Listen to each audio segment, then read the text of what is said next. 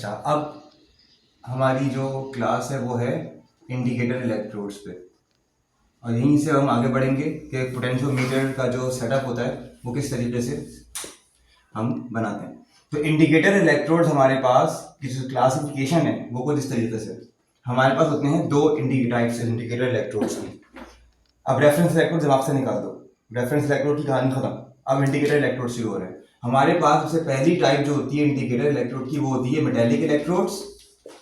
Further metallic electrodes की तीन classes हैं, क्लास 1, क्लास 2 और क्लास 3।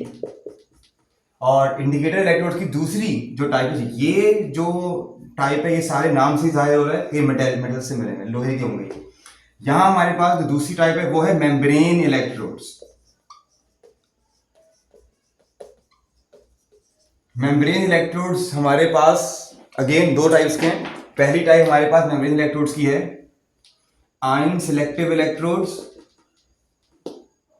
आयन सिलेक्टिव इलेक्ट्रोड्स की फर्दर टाइप्स है। पहली ग्लास इलेक्ट्रोड।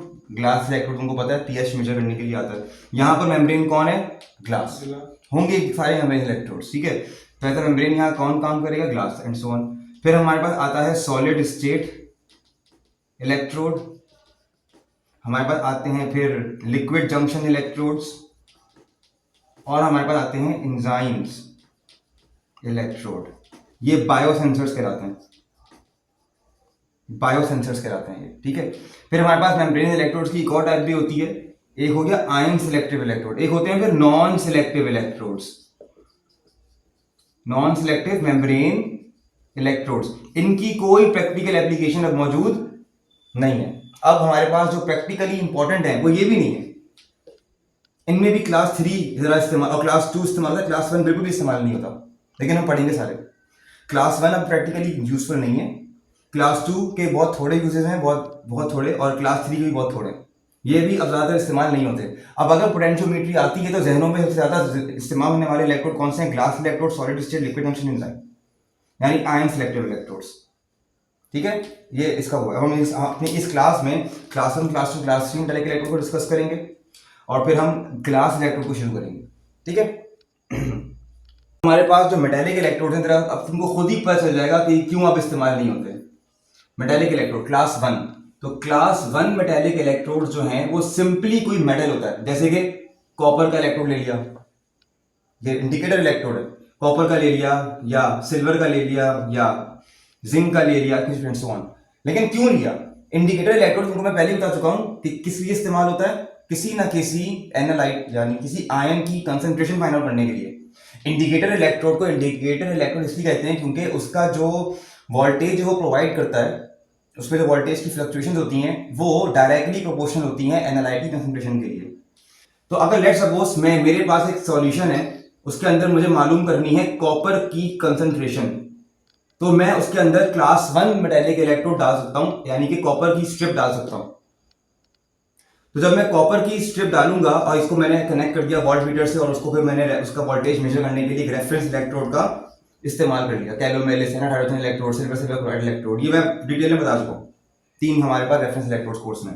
तो अगर मैं इंडिकेटर इलेक्ट्रोड इस्तेमाल करता हूं कॉपर की प्लेट, तो मैं इंडिकेटर इलेक्ट्रोड ये इसलिए इस्तेमाल किया मैंने क्लास 1 मेटेलिक, क्योंकि मुझे मालूम करना है Cu+2 की कंसंट्रेशन। Cu+2 आयंस जो हैं वो आते हैं हमारे इलेक्ट्रोड के पास, और वो इलेक्ट्रॉन्स को लेकर क्या बन जाते हैं? Cu neutral. तो ये जब हमारे पास रिडक्शन रिएक्शन होता है, इस रिडक्शन रिएक्शन की वजह से एक वो पोटेंशियल जनरेट होता है। अगर तो मेरे पास Cu+2 बहुत ज्यादा होंगे कंसंट्रेशन में, तो ज्यादा पोटेंशियल जनरेट होना है। अगर मेरे पास Cu+2 बहुत कम होंगे तो कम पोटेंशियल जनरेट होना है। तो जब पोटेंशियल मेरे पास जो आएगा उससे मैं अंदाजा लगा सकता हूं कि मेरे पास सॉल्यूशन में Cu+2 कितने थे। लेकिन इसको अब इस्तेमाल क्यों नहीं किया जाता? क्योंकि कॉपर की जो प्लेट होती है, अगर मैं उसको इस्तेमाल करता हूं Cu+2 के आयंस की कंसंट्रेशन निकालने के लिए, तो सिर्फ और सिर्फ Cu+2 ही रिडक्शन या ऑक्सीडेशन रिएक्शन शो नहीं करता, बल्कि दूसरे इंटरफेयरिंग आयंस मेटेलिक वो भी रिडक्शन और ऑक्सीडेशन करके वोल्टेज में कंट्रीब्यूशन कर सकते हैं। तो ये इसका ड्रॉबैक है। दूसरी बात, अगर हल्का सा भी एसिड हुआ तुम्हारे सॉल्यूशन मिक्सचर में, हल्का सा एसिड हुआ, तो तुम्हारी मेटल की जो प्लेट है वो क्या होना शुरू हो जाएगी? वो ऑक्सीडाइज होना शुरू हो जाएगी या वो डिजोल्व होना शुरू हो जाएगी। अगर तुम्हारे सैंपल में एयर हुई तो एयर इसको क्या करेगी, रस्ट कर सकती है। और फिर दूसरी बात, ये जो वोल्टेज प्रोवाइड करता है वो रिप्रोड्यूसिबल होता भी नहीं है। रिप्रोड्यूसिबल नहीं होता से क्या मुराद है, कोई यूज नहीं कर, हाँ, कि अगर एक दफा इस्तेमाल करने पर ये वोल्टेज चेंज दे रहा है, जो दूसरी दफा इस्तेमाल करने पर सेम कंसंट्रेशन पे हो सकता है कि दूसरा वोल्टेज दे, वही वाला ना दे। तो ये बहुत सारे ड्रॉबैक्स हैं सारे के सारे मेटेलिक इलेक्ट्रोड्स के। तो class 1 metallic electrode is a simple metal plate used to measure the concentration of that exact same ions. Class 2 ये नहीं है। Class 2 is used to measure anions, concentration of anion. It is also a metal strip.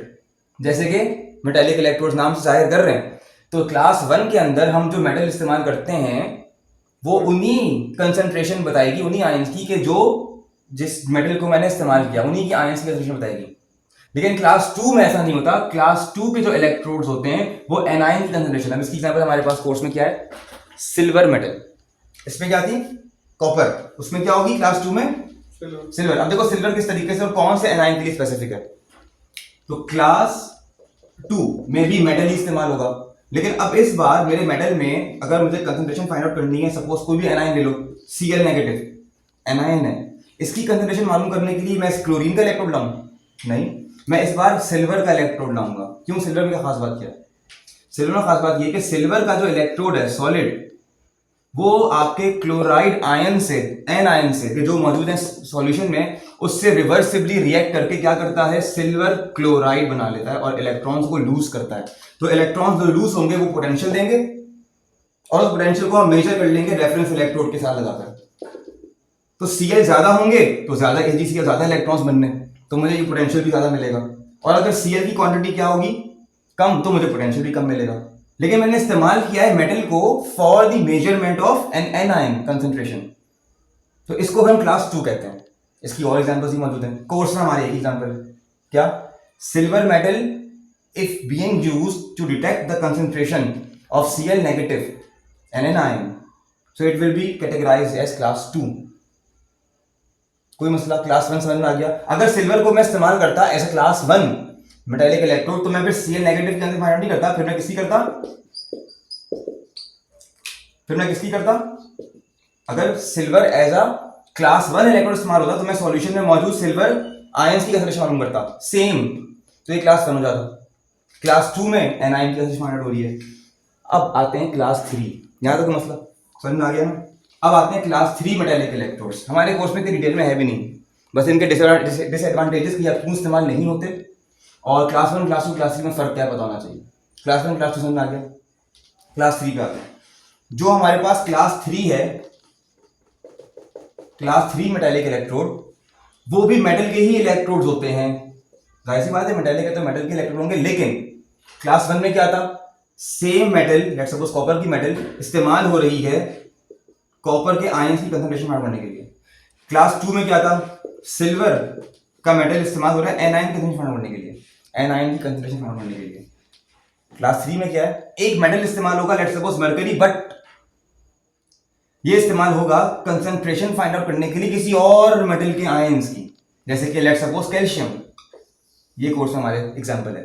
अगर तुम किसी और metal को इस्तेमाल करते हो, इलेक्ट्रोड को कंसंट्रेशन फाइंड आउट करने के लिए किसी और मेटालिक कैटायन की, तो ये क्लास 3 में कैटेगराइज होगा। Same class 1, different but anion class 2, different but cation class 3। कोई मसला, ये होगा। पिछली वाली जो है लेक्चर में जो तुमने लिया, उसके अंदर तुमने क्या किया, देख लिया कि किस तरीके से पोटेंशियोमीट्रिक कैलकुलेशंस होती हैं। जैसे हमने पीएच कैलकुलेट करी, ठीक है, हमने Fe2 Fe3 की कैलकुलेशन, तो तुमको पता है नॉन इक्वेशन लगाकर मैं कर लूंगा। लेकिन वहां पर एक चीज कम थी, वहां पर एक कॉन्सेप्ट नहीं दिखाया था, वो था जंक्शन पोटेंशियल का। फॉर्मूला अधूरा था। जो लास्ट लेक्चर में हमने देखा Fe+3 वाला, इसमें से हमने माइनस किया था रेफरेंस इलेक्ट्रोड के पोटेंशियल को, राइट। उसमें एक एंटिटी कम थी और वो थी जंक्शन पोटेंशियल। अब जंक्शन पोटेंशियल को समझना है जरा। जंक्शन पोटेंशियल जो है एक ऐसी एंटिटी है हमारी पोटेंशियोमीट्रिक उसके अंदर कैलकुलेशन में, कि जो हर इलेक्ट्रोकेमिस्ट जिससे नफरत करता है। ये कैलकुलेशन का एरर है हमारी। ये एरर क्यों जनरेट होता है, अब ये तुमको बता रहा हूँ। अगर पेपर में आता है कि जंक्शन पोटेंशियल क्या है, तो ये सब बातें जरा ध्यान में आ जानी चाहिए। सपोज करो, जंक्शन पोटेंशियल को समझने के लिए सपोज करो, मैं अभी क्यों करा रहा हूँ, ये मैं अभी इसलिए करा रहा हूँ क्योंकि अब हमारे पास मेम्ब्रेन्स आ रही हैं, और जहां मेम्ब्रेन इलेक्ट्रोड्स आएंगे ना, हम जहां मेम्ब्रेन आती है वहां जंक्शन पोटेंशियल भी साथ साथ चला आता है, और ये it is the source of error. इसको कम से कम करना है, तो इसीलिए मैं करा रहा हूँ अभी, ठीक है। अच्छा, तो अब हमारे पास सपोज करो एक वेसल है, एक वेसल के बीच में एक मेम्ब्रेन लगी हुई है, मेम्ब्रेन के इस तरफ एक सॉल्यूशन है, मेम्ब्रेन के इस तरफ वाटर है, ठीक है। मैं लिख नहीं रहा, यहां नहीं लिख रहा, यहां लिख रहा हूं। यहां वाटर है और यहां पर NaCl का सॉल्यूशन है, मेम्ब्रेन है। जाहिर सी बात है, अब यहां पे हायर कंसंट्रेशन है, यहां पर जस्ट वाटर है, तो क्या होगा ये कि आयंस इस मेम्ब्रेन से मूव करेंगे, मेम्ब्रेन है ये, तो ये मूव करेंगे। तो ये मूव करेंगे तो क्या होगा, Na पॉजिटिव और Cl नेगेटिव दोनों आयंस मूव करेंगे, यहां पे दोनों नहीं है। तो ये सिलेक्टिवली परमिएबल मेम्ब्रेन की वजह से Na प्लस Cl नेगेटिव जब मूव करेंगे तो कभी भी एक साथ साथ मूव नहीं करेंगे। मतलब ये कि मोबिलिटी, आयन की मोबिलिटी डिफरेंट होती है वाटर्स में। पानी के अंदर आयन की मोबिलिटीज डिफरेंट होती हैं। मतलब ये सोडियम मेटल जो है, सोडियम आयन जो है, मैं कह रहा हूं सोडियम आयन जो है, उसकी मोबिलिटी आपके उसके अंदर वाटर में कम होती है, इतनी अच्छा मूव नहीं करता वो सोडियम मेटल वाटर में। लेकिन जो क्लोराइड आयन है उसकी मोबिलिटी वाटर में बहुत ज्यादा होती है। तो जब सोडियम और क्लोराइड इस मेम्ब्रेन को पास करके कहां जाना शुरू करेंगे, वाटर में, तो क्या होगा, क्लोराइड आयन बहुत दूर जा सकते हैं, लेकिन बेचारे सोडियम दूर नहीं जा सकते। तो जरूर मेम्ब्रेन के कहीं पास एक ऐसा रीजन होगा जहां सोडियम आयन ज्यादा है, और मेम्ब्रेन के एक पास Cl ज्यादा है। जब भी चार्जेस सेपरेट होते हैं तो क्या होता है, वोल्टेज जनरेट, और ये जो वोल्टेज जनरेट होता है इसको जंक्शन पोटेंशियल कहते हैं। जंक्शन पे दो सॉल्यूशंस जहां पे सेपरेट आउट हो रहे हैं, वहां उस जंक्शन पे जो पोटेंशियल जनरेट होता है, ये क्या होता है, जंक्शन पोटेंशियल। और ये हर मेम्ब्रेन के अराउंड होता है लाजमी, जहां से आयंस मूव कर रहे हैं, कोई मसला। तो ये जंक्शन पोटेंशियल एरर है हमारी कैलकुलेशन में। अब देखो, एक सेटअप बना रहा हूं दोबारा से। एक सेटअप है, यहां पर मेरे पास रेफरेंस इलेक्ट्रोड का सेटअप है, यहां मेरे पास किसका सेटअप है, इंडिकेटर इलेक्ट्रोड का, बिल्कुल। और यहां पर मेरे पास सेल को पोटेंशियोमीटर से वोल्टेज रीडिंग आएगी मेरे पास। अब यहां सॉल्ट ब्रिज लगा हुआ है, मैं यहां पर इंडिकेटर इलेक्ट्रोड इस्तेमाल कर रहा हूं। कौन सा वाला इस्तेमाल कर रहा हूं, अब हम आहिस्ता आहिस्ता मेम्ब्रेन इलेक्ट्रोड की तरफ आ रहे हैं। तो मैं यहां पर एक मेम्ब्रेन इलेक्ट्रोड इस्तेमाल कर रहा हूं। तो जब मेम्ब्रेन इलेक्ट्रोड, और यहां पर मैं सॉल्ट ब्रिज इस्तेमाल कर रहा हूं। इधर सॉल्ट ब्रिज में मैंने एक सॉल्ट रखी हुई है, KCl या NaCl, मैं NaCl रख देता हूं, जैसे मैंने अभी NaCl की एग्जांपल दी है। ये जो सॉल्ट ब्रिज है, सॉल्ट ब्रिज, यहां पर एक पोटेंशियल वो क्रिएट होता है, और ये जो पोटेंशियल है इसको हम जंक्शन पोटेंशियल कहते हैं। एग्जैक्टली इसी तरीके से कहीं पर सॉल्ट ब्रिज के इस मेम्ब्रेन के कहीं पास सोडियम की कंसंट्रेशन ज्यादा होती है, कहीं दूर क्लोराइड की, तो जिसकी वजह से पोटेंशियल जनरेट होता है। और इस पोटेंशियल की जनरेशन की वजह से पोटेंशियल पे फर्क आता है, जो कि आपके एनालाइट जो पोटेंशियल दे रहा है उसको बढ़ा चढ़ा के बताता है। तो सुनो, जंक्शन पोटेंशियल की वजह से जो पोटेंशियल आपके पास आता है, ई मेजर्ड, इसको कह दो ई मेजर्ड, ये क्या होता है, लगता है जैसे ज्यादा है, क्योंकि आपका एनालाइट आपके इंडिकेटर इलेक्ट्रोड पर एक पोटेंशियल दे रहा है, और फिर अब ये जंक्शन पोटेंशियल भी मिल रहा है आपको सॉल्ट ब्रिज की वजह से। तो ये दोनों पोटेंशियल का जो मिलाप है वो क्या कहलाया जाता है, ई मेजर्ड। ये तो करेक्ट नहीं है, ये तो मुझे ऐसा लगेगा जैसे एनालाइट ज्यादा है। इसीलिए सारे इलेक्ट्रोकेमिस्ट इसको हेट करते हैं, क्योंकि जब आपके पास ई मेजर्ड आता है वो करेक्टली करस्पॉन्ड नहीं करता आपके एनालाइट कंसंट्रेशन से। समझ में आया? दो पोटेंशियल्स का क्या होता है, मजमुआ। मुझे अगर अच्छा सा ई मेजर्ड, मैं अगर ई मेजर्ड जो है यहां पर लिखूं तो वो होता है एक्चुअली ई एक्चुअल प्लस ई जंक्शन। अब आया समझ में? ई मेजर्ड जो मेरे पास आ रहा है वो एक्चुअली क्या है, ई एक्चुअल, जो एक्चुअली एनालाइट दे रहा है वोल्टेज, उसमें प्लस कर दो किसको, ई जंक्शन पोटेंशियल को। तो ये जंक्शन पोटेंशियल को माइनस करना होता है ई मेजर्ड से, तो जाके एक्चुअल ई आता है। आया समझ में? अब इस इक्वेशन को हम ऐसे भी तो लिख सकते हैं ई मेजर्ड या ई ऑब्जर्व्ड, जो यहाँ पे ऑब्जर्व कर रहे हो, बराबर है ई एक्चुअल क्या होता है, बताया था, माइनस वाला फॉर्मूला बताओ। E cathode, शाबाश, माइनस E anode. ई एनोड। और अब मैं तुमको बता रहा हूं जो पहले नहीं बताया था, क्या, ई जंक्शन पोटेंशियल। इसके फॉर्मूले आते हैं, इसके न्यूमेरिकल आते हैं, ठीक है। तो ये वाला फॉर्मूला याद होना चाहिए। जंक्शन पोटेंशियल क्या चीज है, क्यों इसको हमने यहां पर प्लस किया है, क्योंकि ई मेजर्ड असल में ई एक्चुअल, और जंक्शन पोटेंशियल का क्या होता है, सम, मजमुआ। कोई मसला, ये हो गई एक बार। अब इसके बाद हमारे पास एक पोटेंशियोमीटर का सेटअप है, उसको पढ़ के फिर हम ग्लास इलेक्ट्रोड पर आएंगे। ये ग्लास इलेक्ट्रोड्स और फिर पीएच कैलकुलेट करना, ये भी हमारे लिए बहुत आसान हो जाएगा फॉर्मूलों में, ठीक है। तो एक सेटअप देख लो जरा, एक टिपिकल मेम्ब्रेन इलेक्ट्रोड का। मैं आयन सिलेक्टिव की बात नहीं कर रहा, मैं नॉन सिलेक्टिव की बात, मैं एक मेम्ब्रेन इलेक्ट्रोड की बात कर रहा हूँ। तो मेम्ब्रेन इलेक्ट्रोड किस तरीके का होता है, मेटालिक पढ़ लिए, जंक्शन पोटेंशियल पढ़ लिया जो अभी इस्तेमाल होगा मेम्ब्रेन इलेक्ट्रोड्स में, और अब हम पढ़ रहे हैं मेम्ब्रेन इलेक्ट्रोड। फिर नेक्स्ट वीडियो से हम सिलेक्टिवली ग्लास इलेक्ट्रोड की बात करेंगे, फिर हमारा जो है पोटेंशियोमीटर का कोर्स खत्म। 12।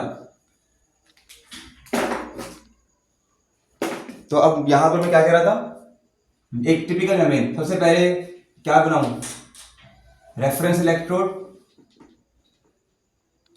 पोटेंशियोमीटर से कनेक्ट, फिर क्या आना चाहिए, इंडिकेटर इलेक्ट्रोड। लेकिन इस बार जो इंडिकेटर इलेक्ट्रोड है मेरे पास वो कैसा है, मेम्ब्रेन, टिपिकल मेम्ब्रेन इलेक्ट्रोड, जिनमें से एक ग्लास है, सही कह रहे हो, लेकिन मैं स्पेसिफिकली ग्लास को टारगेट नहीं कर रहा, अभी सिर्फ मेम्ब्रेन इलेक्ट्रोड जो कि 4 किस्म के थे, 12। और अब ये दोनों के दोनों मेरे पास डिप कर दिए गए हैं एक सॉल्यूशन में। अब जो मेम्ब्रेन इलेक्ट्रोड है, मेम्ब्रेन इलेक्ट्रोड, इसको जरा गौर से देखो, इसको मैं ब्लैक से बनाता हूं।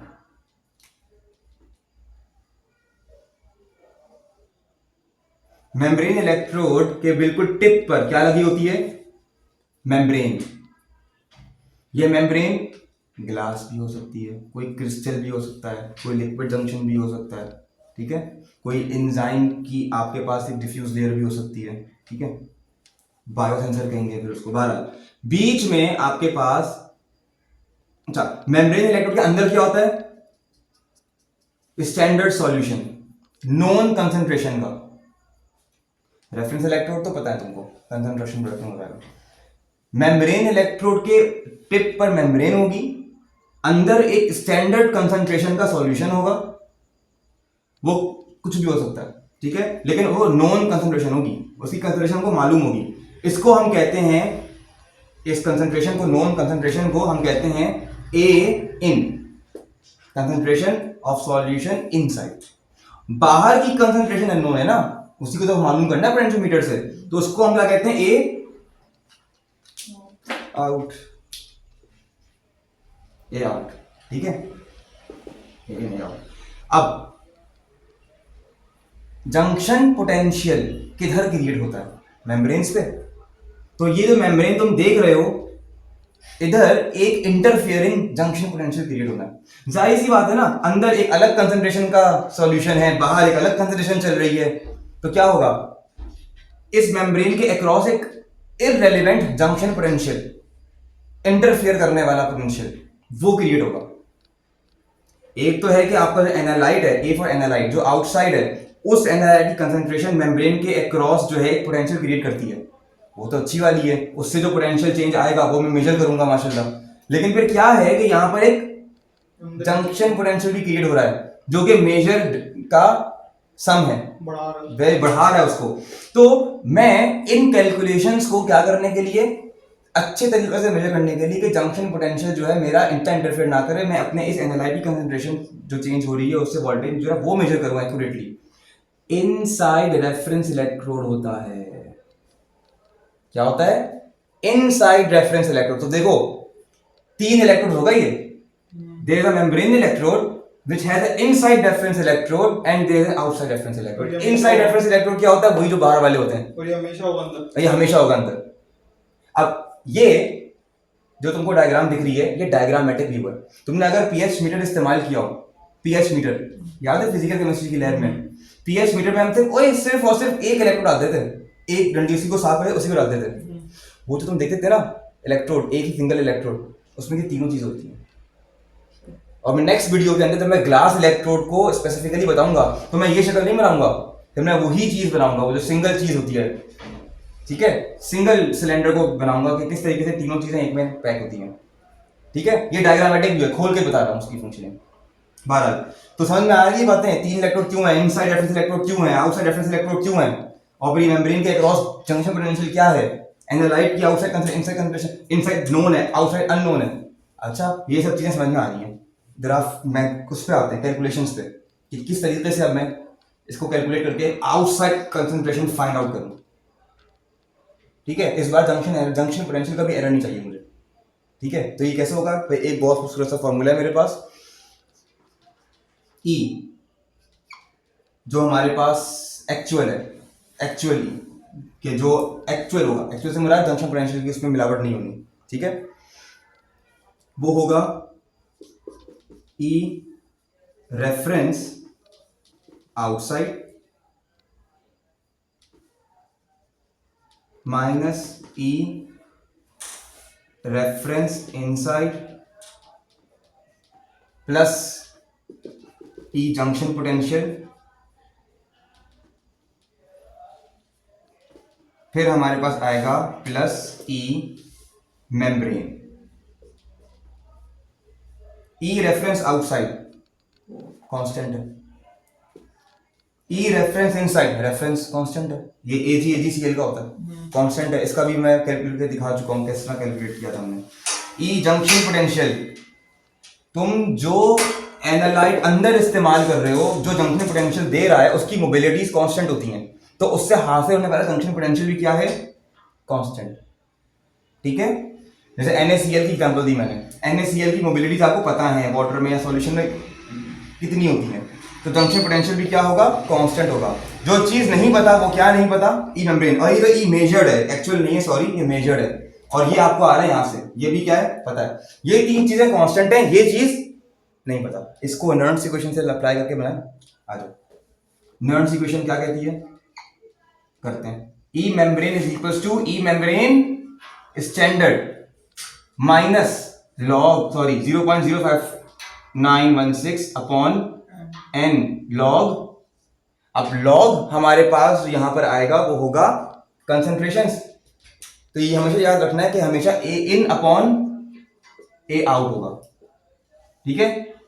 अब तुमको अच्छी से पता है A in क्या है, कांस्टेंट, ये तो अंदर का सॉल्यूशन तो कांस्टेंट है ना, हमने इलेक्ट्रोड के अंदर खुद भरा है, पता है हमें। तो E membrane is equals to E membrane at standard condition, ये भी क्या है, constant, minus 0.05916 upon n log, जो चीज कांस्टेंट है वहां पर 1 लिखेंगे हम, यानी कि जिसकी कंसंट्रेशन एक्टिव नहीं है, ठीक है, 1 यहां पर 1 अपॉन A आउट है, अच्छा नहीं लग रहा, रेसिप्रोकल कर दो तो माइनस क्या हो जाएगा, प्लस, तो ये हो जाएगा E membrane is equals to E naught membrane plus 0.05916 upon n log A out.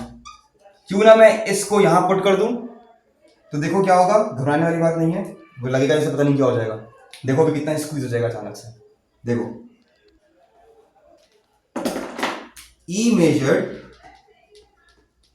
ये वाला इज इक्वल्स टू, ये भी कांस्टेंट, ये भी कांस्टेंट, ये भी कांस्टेंट, और जब मैं ये पुट कर रहा हूं उसके अंदर ये चीज भी कांस्टेंट, ये चीज मैं यहां पुट करूंगा इसको ऐसे ही, उसके अंदर भी ये चीज कांस्टेंट है, तो ये चार कांस्टेंट मिलकर क्या बना लेंगे,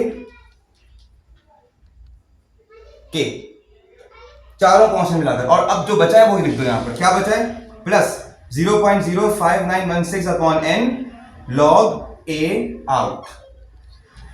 तो तुमको जो मेजर्ड पोटेंशियल आ रहा है वो यहां लिख दो, K is a constant quantity, तो और तुम जो analyte let's suppose Fe+2 Fe+3 की कंसंट्रेशन फाइंड आउट करनी है तुमने, तो यहां पर 1 आ जाएगा, अगर Cu+2 की मेजर करनी है तो 2 आ जाएगा, number of electrons involved in your reaction, redox reaction, ठीक है, और A आउट आ जाएगा आराम से। तो तुमने सिर्फ इलेक्ट्रोड डिप करना है, इसको मालूम करना है, मुझे पोटेंशियोमीटर में रीडिंग आ रही है, उससे क्या पता चल जाएगा तुम्हें, concentration of your analyte outside. आया समझ? आसान था। अब ये के कैसे निकलता है? ये कांस्टेंट ये निकलता है कैलिब्रेशन ग्राफ से। ठीक है, तो आप अपने इलेक्ट्रोड को कैलिब्रेट करते हो with known concentrations of outside, तो एक कर्व बनता है, उसका हम फिर क्या निकालते हैं, इंटरसेप्ट स्लोप निकाल के भी के निकालते हैं। ठीक है, तो यानी कि ये भी कोई मुश्किल चीज नहीं है कैलकुलेट करना, राइट? तो समझ में आया पोटेंशियोमीट्री में क्या होता है। अब इसको यहां पर हम खत्म करते हैं और इस बात को ध्यान में रखना कि अब अगर मेम्ब्रेन इलेक्ट्रोड, एक ये जनरल था ना, टिपिकल जनरल था, अब अगर मैं इसको हटा के ग्लास इलेक्ट्रोड ले आऊं तो ए आउट क्या हो जाएगा, एच पॉजिटिव, क्योंकि अब वो स्पेसिफिक है, आयन सिलेक्टिव। अब तुम्हारे पास इधर एच पॉजिटिव भी हो, Ca+2 भी हो, पता नहीं क्या क्या ऑप्शन करा, जो पोटेंशियल तुम्हारे पास आ रहा है वो सिर्फ और सिर्फ किसकी वजह से आएगा, एच पॉजिटिव की तरफ से। अगर यहाँ ग्लास इलेक्ट्रोड होता, ये है आयन सिलेक्टिव इलेक्ट्रोड। अगर आयन सिलेक्टिव इलेक्ट्रोड सिलेक्टिव है Ca+2 के लिए, तो तुम यहां पर कितने भी एच पॉजिटिव डाल दो, तुम्हारा जो वोल्टेज आ रहा है वो आएगा सिर्फ Ca+2 की कंसंट्रेशन की वजह से, कोई और आकर यहां वोल्टेज अपना प्रोवाइड नहीं कर सकता। तो आयन सिलेक्टिव का मतलब समझ आया? क्या मेटेलिक आयन सिलेक्टिव थे? नहीं, उनका कोई ड्रॉबैक था, कोई मसला। अब जो आ रही है क्लास, उसमें हम ग्लास करके अपने इस टॉपिक को पोटेंशियोमीट्री के खत्म कर देंगे, फिर न्यूमेरिकल्स का है।